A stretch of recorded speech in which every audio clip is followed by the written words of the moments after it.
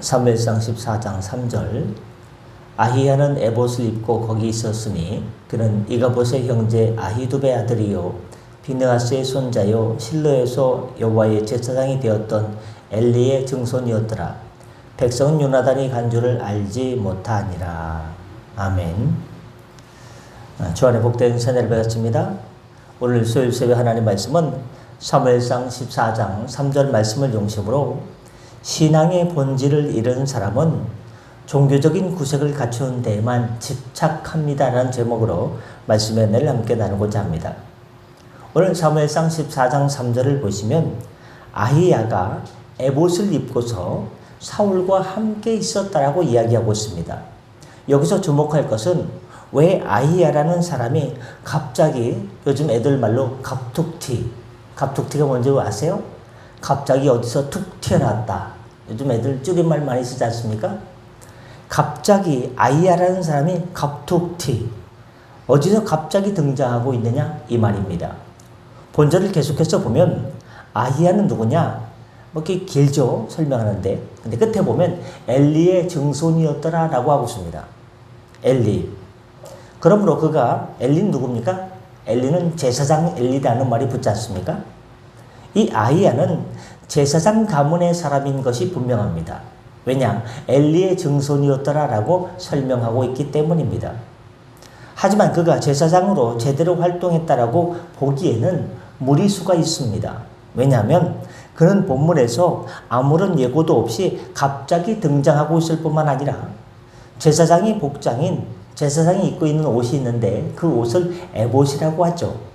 에봇만 입고 있을 뿐이지 가슴에 그려진 우림과 또 둠밈을 통해서 하나님의 뜻을 알려주는 역할을 제대로 전혀 못하고 있기 때문입니다.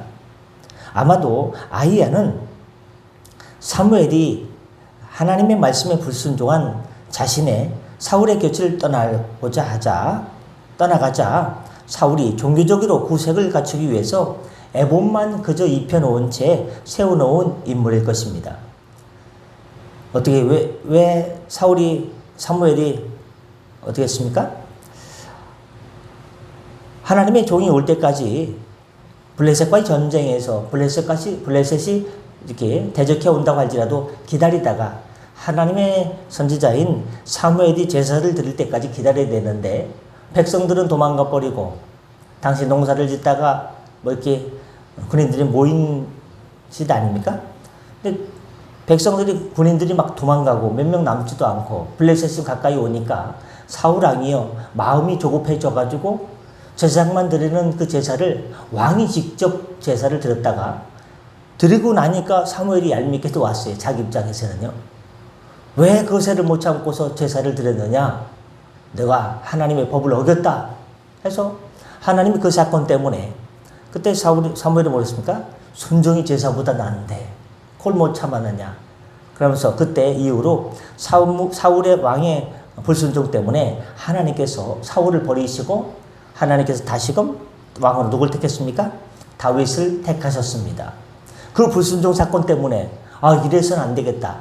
더 이상 낭패를 보면 안 되겠다. 그래서 갑자기요 어디서 구해온 거예요. 엘리의 증손인 바로 아히야를 데리고 와서 제사장이 입는 에봇만 입혀놓은 채 그저 종교적인 구색만 갖춰놓고 옆에 서 있어 주세요 라고 구색만 갖춘 것입니다. 만일 그가 처음부터 사울과 함께 있었다면 사울은 지체되는 대신에 사무엘 대신에 누구한테 부탁했을 거예요? 이 아히야도 제사장의 손자이기 때문에 자손이기 때문에 아히야한테 부탁했으면 문제가 별로 없었습니다. 좀 덜 문제가 됐습니다. 제사장의 권한을 왕으로서 침범하는 그 잘못을 범하지 않았을 것입니다. 왜? 처음에 옆에 있기 때문에 내가 하는 대신에 제사장에게 하면요 문제가 없는 것이었거든요. 근데 그때 처음부터 있었냐? 그때는 없었기 때문에 부탁할 사람이 없었기 때문에 자기가 직접 나서서 그렇게 제사를 드리고 혼난 것입니다.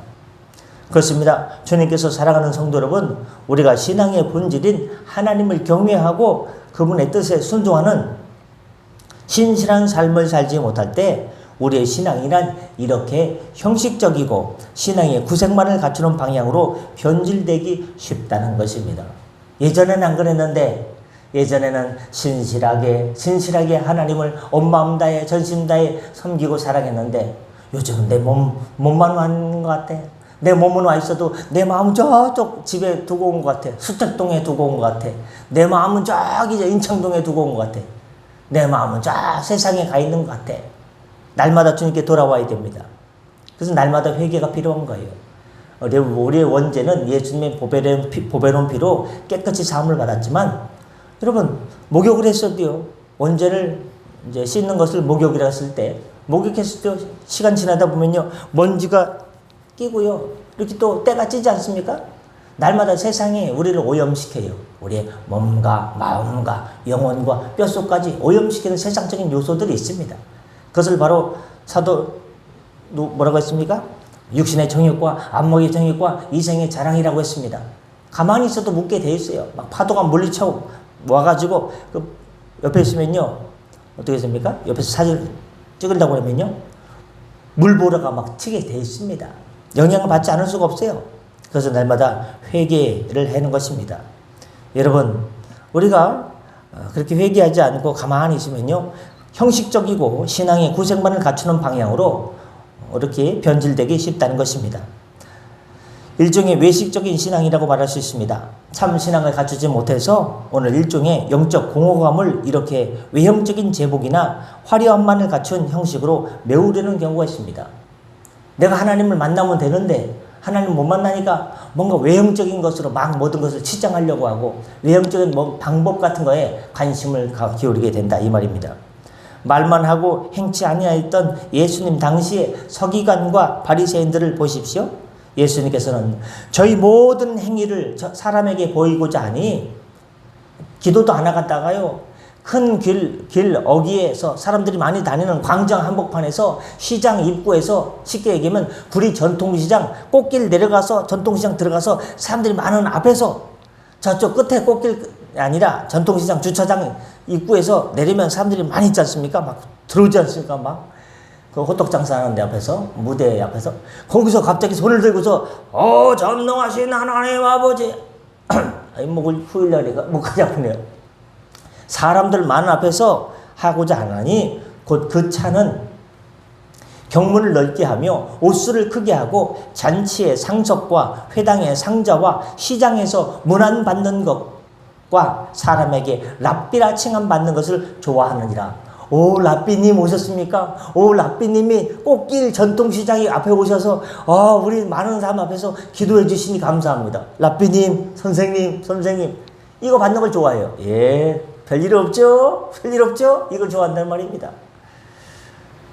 그들이 화려하고 치렁치렁한 옷을 입고 다닐 때에 옷술이 땅바닥에 끌릴 정도로 술을 만들어가지고 마시는 술이 아니고요. 옷 끝에 다는 그런 술이에요. 땅바닥에 질질 끌고 다니면서 사람들이 볼 때 야 얼마나 멋있고 얼마나 거룩하고 얼마나 위대해 보였겠습니까? 하지만 예수님께서는 그들을 인정하셨습니까? 아닙니다. 오히려 그들의 외식을 적나라하게 파헤치셨으며 마태복음 23장에 보면 매우 엄정한 저주와 화와 진노를 선포해 주셨습니다. 오늘 예배드리러 벌도 날라왔네요. 이 쪄 죽겠는데 제가 죽지도 않고 살아있는 게 참 이게 생명력이 대단하지 않습니까? 어디까지 했죠? 말씀 마치고자 합니다. 주님께서 사랑하는 성도 여러분, 우리가 하나님의 말씀을 존중하고 하나님의 말씀에 온전히 순종하는 삶을 살지 못할 때 결국 우리의 신앙은 진심으로 하나님을 사랑하는 마음이 쏙 빠졌을 때 안고 빠진 찐빵처럼 하나님 사랑하는 마음 하나도 없이 몸만 와서 신앙적인 외적인 면에 치우칠 수 있는 가능성이 많기 때문에 그렇게 계속 살다 보면 껍데기만 남은 신앙 때문에 결국 하나님께 버림받을 수 있는 가능성이 있어집니다. 그러면 되겠습니까? 안 되죠. 물론 형식을 갖추는 것은 무시하거나 그것이 필요 없다는 것은 아닙니다. 주일날 하나님만 사랑하면 되지 뭐 교동문 한다고 귀찮은데 자꾸 읽으라고 하나 일어서서 찬송을 하나? 아닙니다. 형식도 폼도 중요합니다. 그러나 더 중요한 것은 그 마음 중심입니다. 하나님을 사랑하느냐? 내가 하나님의 자녀로서 살기 위해서 주님 뜻대로 살고 있느냐? 순종의 삶을 살고 있느냐? 그것입니다. 폼도 필요합니다. 예배 형식도 필요합니다. 주님 받으시는 예배로 나가는 것도 필요합니다. 다 예배 형식도 필요하지만 더 중요한 것은 신앙의 본질, 본질, 정말로 하나님을 경외하고 하나님을 두려워함으로 그분의 뜻에 온전히 순종하면서 살아가야 됩니다. 요건 하나님 내가 할 수 있는 거니까 순종할게요. 이번 내가 순종해 드릴게요. 아, 이거는 안 돼요. 하나님, 저 사는 삶의 자리 아시잖아요. 이렇게 했다면 저 큰일 납니다. 저 굶어 죽습니다. 저 못 삽니다. 하고서 부분적으로 순종하고 부분적으로 불순종하고 이거 안 됩니다. 온전히 죽이 되든 밥이 되든 하나님 말씀대로 한번 살아보자. 하나님 뜻, 하나님 기뻐하는 뜻대로 한번 살아보자. 믿음의 결심을 하고 그냥 거기에 집중을 하는 겁니다. 그러면 하나님께서 죽여줍니까? 아닙니다. 살려주시는 줄 믿습니다. 살려주실 뿐만 아니라 겨우 막 목숨만 연명해가지고 아이고 오늘도 겨우 살았네요. 그 수준이 아니라 하나님께서 힘있게 물된 동산의 역사로 넓은 곳에 느호봇의 역사로 세워주시고 동서남북 바라보는 땅을 주시고 기도하는 것마다 아름다운 열매, 응답의 열매로 주님께서 그를 사역의 도구로 주님 나라 확장의 도구로 분명하게 주님 뜻대로 주님의 의지대로 주님의 주관대로 사용해 주실 줄 믿습니다. 아멘. 기도하겠습니다. 은혜의 주님, 우리가 사람이기 때문에 신앙생활 처음에는 뜨거운 눈물과 감격으로 내가 처음 주를 만났을 때 하면서 눈물을 흘리면서 콧물을 흘리면서 손을 들고 아버지 소리쳐가면서 부르짖어가면서 신앙생활 하다가 하나님 우리가 사람인지라 세상의 때와 오염된 죄와 허물로 인해서 우리의 마음이 강팍해져서 내가 언제 그랬나는 듯이 하나님 이렇게 껍데기만 남아가지고 산송장처럼 신앙생활할 때가 있습니다. 주님, 우리에게 이런 것들을 용서하여 주시고 성령의 바람이 날마다 시마다 때마다 불어오게 하여 주셔서 죽어있는 마른 뼈들에게 하나님 아버지 성령의 바람 불어주셔서 생명으로 말미암아 다시금 살게 하여 주시고 마른 뼈들에 살도 붙여주시고 근육도 힘줄도 붙여주시고 일어나서 하나님의 군대 마하나임이 되게 하여 주시옵소서. 우리의 영이 살게 하여 주시옵소서. 육이 살게 하여 주시고 모든 마음이 살게 하여 주시고 영이 삶으로 말미암아 살림이 열려지게 하여 주시옵소서. 호세아서 6장 6절에 호세아 선지자를 통해서 주님께서 말씀하십니다.